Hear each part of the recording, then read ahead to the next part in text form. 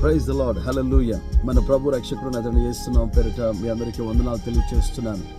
ఈరోజు దేవుని వాగ్దానం, నా నామమున మీరు నన్నేమి అడిగినను నేను చేతునని యోహాను 14:14 ప్రభువారు సెలవిస్తున్నారు.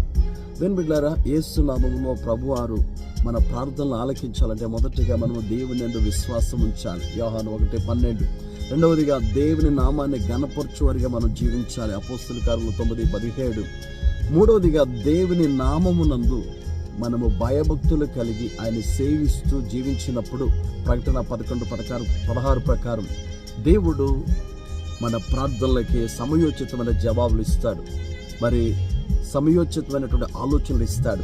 ప్రతి అవసరతను ఆయన మహదశ నుంచి తీరుస్తాడు.